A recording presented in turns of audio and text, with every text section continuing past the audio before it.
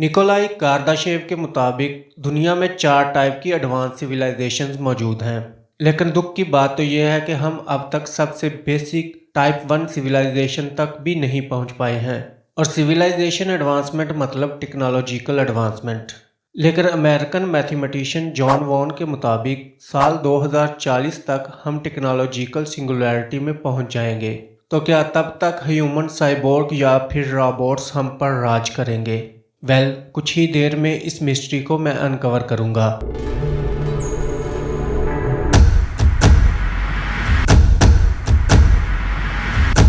मगर इससे पहले क्या आप ये जानते हैं कि एक टाइप 4 सिविलाइजेशन वाला एक कहकशां से दूसरी कहकशां का सफ़र वो भी आसानी से कर सकता है। मेरा मतलब है, आप जैसे एक सिटी से दूसरे सिटी ट्रेन से ट्रैवल करते हैं, वैसे ही वो क्रिएचर एक गैलेक्सी से दूसरी गैलेक्सी स्पेस क्राफ्ट में ट्रैवल करेगा और कई गैलेक्सीज घूम फिर कर आएगा। अगर ये पॉसिबल हुआ तो इसके लिए कितनी एनर्जी चाहिए होगी? आइए जानते हैं इन सारे सवालों के पीछे का जवाब आज की स्ट्रेंज डायरी के इस एपिसोड में। अब मैं कोई नजूमी या मुस्तकबिल की पेशीनगोई करने वाला तो नहीं हूँ, लेकिन फिर भी इतना ज़रूर बता सकता हूँ कि ह्यूमंस को टेक्नोलॉजी से अलग ही लगाव है।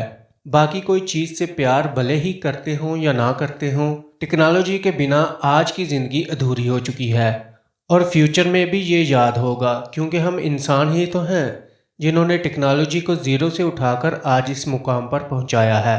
अगर टेक्नोलॉजी में एडवांसमेंट होगी तो एनर्जी की भी ज़रूरत होगी।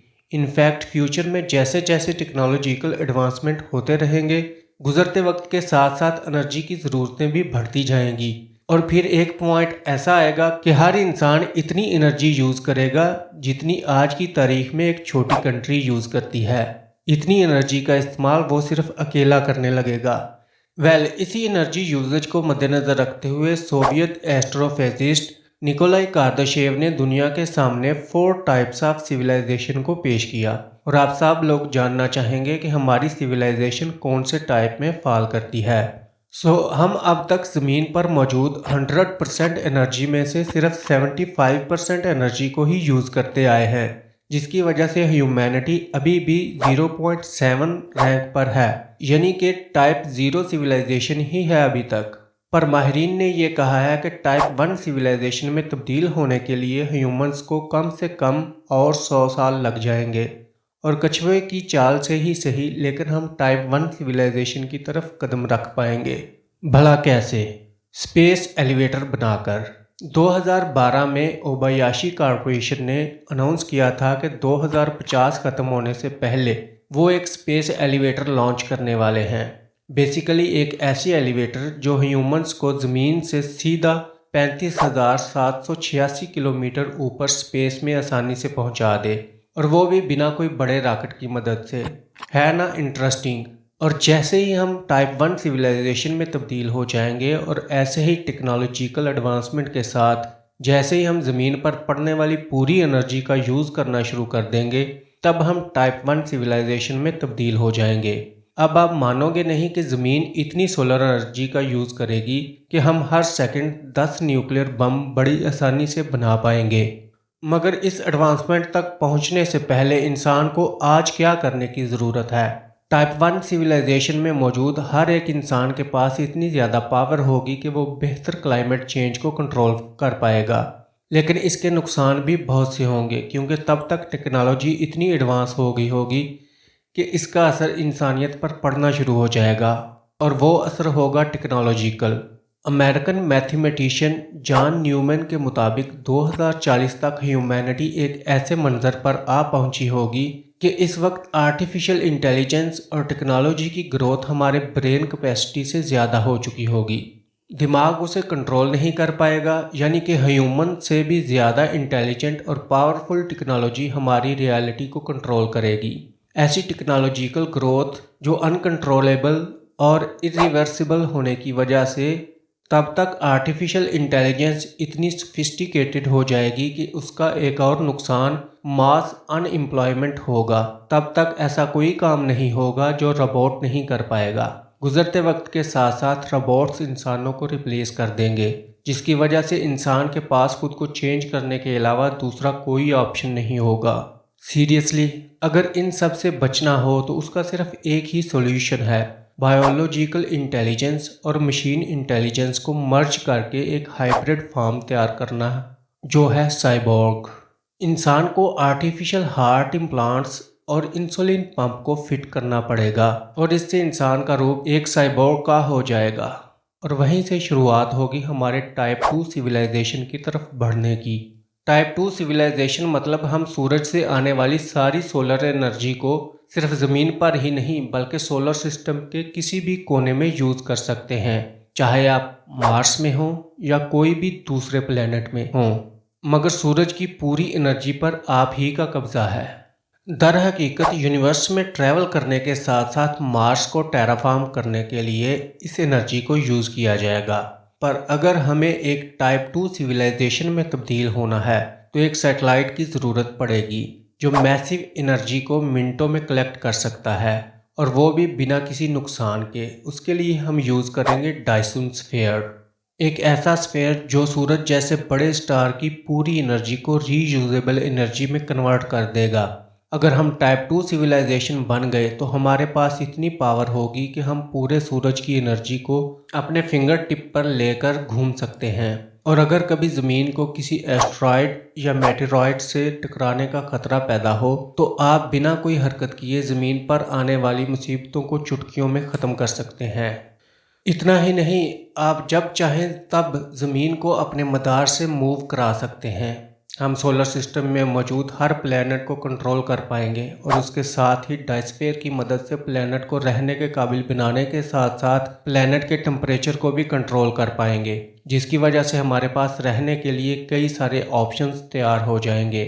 यहाँ हमारे लिए मुख्तलिफ प्लैनेट्स के दरवाजे भी खुल जाएंगे और अमेरिकन थ्योरेटिकल फिजिस्ट और साइंस कम्युनिकेटर डॉक्टर मैचीव काको के मुताबिक ये मंजिल भी हमसे सिर्फ 1000 साल की दूरी पर है, जिसे हम आसानी से पार कर सकते हैं। लेकिन टेक्निकल एडवांसमेंट का ये सिलसिला यहीं पर ख़त्म नहीं होता, क्योंकि टाइप 2 सिविलाइजेशन के बाद भी एक और सिविलाइजेशन आएगी, टाइप 3 सिविलाइजेशन।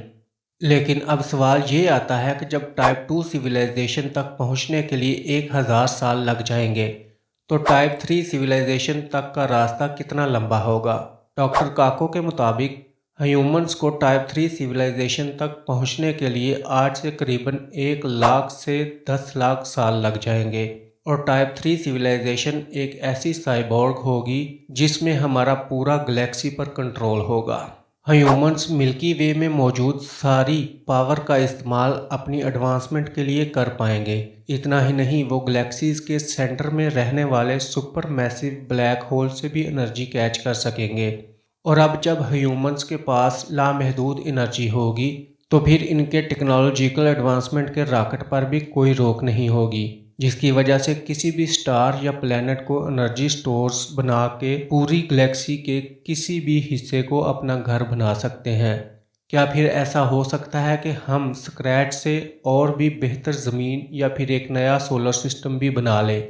और शायद ऐसी आर्टिफिशियल लाइफ की ज़रूरत भी पड़ेगी, क्योंकि ज़मीन, मार्स और हमारे सोलर सिस्टम के बाकी प्लैनेट्स इस वक्त तक खंडर हो चुके होंगे, क्योंकि डायसन स्फीयर बनाने के लिए हमने इन सभी प्लैनेट्स को माइन करके खोखला कर दिया होगा। इतनी एडवांसमेंट के साथ अगर कोई ह्यूमन बचा ही नहीं होगा, क्योंकि इस पॉइंट पर ह्यूमंस बायोटेक्नोलॉजी में इतने आगे चले गए होंगे कि वो साइबोर्ग की एक नई रेस ही बन चुकी होगी, इतनी एडवांस्ड कि कौन ह्यूमन है और कौन रोबोट ये फ़र्क करना मुश्किल हो गया होगा। अगर ध्यान से देखा जाए तो पिछले कुछ सालों में भी हमने इलेक्ट्रिक इम्प्लांट्स बना लिए हैं, जो जिन लोगों के हाथ या पांव जंग या किसी एक्सीडेंट में कट जाते हैं, ब्रेन से आर्टिफिशियल हाथ या पांव को कंट्रोल करने की सलाहियत मुहैया करते हैं। और तो और एलन मस्क अपने न्यूरालिंक के साथ एआई और ह्यूमन ब्रेन को साथ मिलाने का काम कर रहा है। तो सोचो ये टेक्नो रेवोल्यूशन हमें अगले 1000 साल तक कहां पहुंचा देगा। अगर हमें लाइट की स्पीड से सफ़र करने के लिए सरवाइव करना है तो हमें इंसानी गोश्त और हड्डियों को कुछ ज़्यादा ही इलास्टिक चीज़ों से बदलना होगा। लेकिन जैसे मैंने आपको पहले भी कहा कि हमारी कई एडवांसमेंट आगे जाकर हमारा गला भी घोंट सकती हैं, और हो सकता है कि इन सिविलाइजेशंस में ह्यूमंस की हालत बद से बदतर हो जाए। क्योंकि जिस स्पीड से एआई की एडवांसमेंट का पारा बढ़ेगा, इसी स्पीड से रोबोट ह्यूमंस को आउटस्मार्ट और आउट नंबर कर देंगे, जिसके बाद रोबोट्स ह्यूमंस को एक गैर ज़रूरी नस्ल की नज़र से देखने लगेंगे। पर अगर हम लकी निकले तो शायद वो पालतू या फिर शो पीस के रूप में पालने लगे, जिसके बाद ह्यूमैनिटी को बचाए रखने के लिए हमें टाइप 4 सिविलाइजेशन की तरफ अपना हाथ बढ़ाना होगा। अब क्या है ये टाइप 4 सिविलाइजेशन जो पूरे यूनिवर्स में राज करेगी, सारी एडवांसमेंट आसानी से कर सकती है। इसके साथ साथ ये सिविलाइजेशन ना सिर्फ अपने होम गैलेक्सी का ही नहीं बल्कि यूनिवर्स के सारे एनर्जी सोर्सेज का इस्तेमाल कर सकती होगी। कई सारे फिजिक्स के हिसाब से पूरी यूनिवर्स की एनर्जी ज़ीरो है, यूनिवर्स में मस्बत और रंगी एनर्जी बराबर है। लेकिन टाइप 4 सिविलाइजेशन को इससे कोई फ़र्क नहीं पड़ेगा, वो यूनिवर्स की किसी भी एनर्जी को अपने मकसद के हिसाब से यूज़ कर सकेगी। जब ह्यूमैनिटी इस लेवल तक पहुंच जाएगी तो ह्यूमन सिविलाइजेशन पूरी यूनिवर्स में फैल जाएगा। इतना ही नहीं, हमारे पास पूरे यूनिवर्स का एक डिजिटल मैप होगा जो डायरेक्टली इंसानी दिमाग में स्टोर किया जाएगा, जिससे हमें हर प्लैनेट और स्टार का लोकेशन पता होगा। इन लोकेशंस के साथ कायनात में और ज़िंदगियां मौजूद हैं या नहीं, मतलब एलियन लाइफ मिस्ट्री से भी पर्दा हट जाएगा। प्लस इस वक्त एक गैलेक्सी से दूसरी गैलेक्सी का फासला हमारे आज के वक्त के हिसाब से 2 मुल्कों के बीच का फासला होगा, जिससे हम लाइट से भी ज़्यादा तेज़ी से स्पेस में ट्रैवल कर पाएंगे। हम इतने एडवांस होंगे कि हम अपनी ख्वाहिश से स्पेस और टाइम चेंजेस कर सकेंगे और टाइम ट्रैवल कर पाएंगे। टाइम ट्रैवल के साथ साथ हम टेलीपोर्टेशन की भी महारत हासिल कर पाएंगे।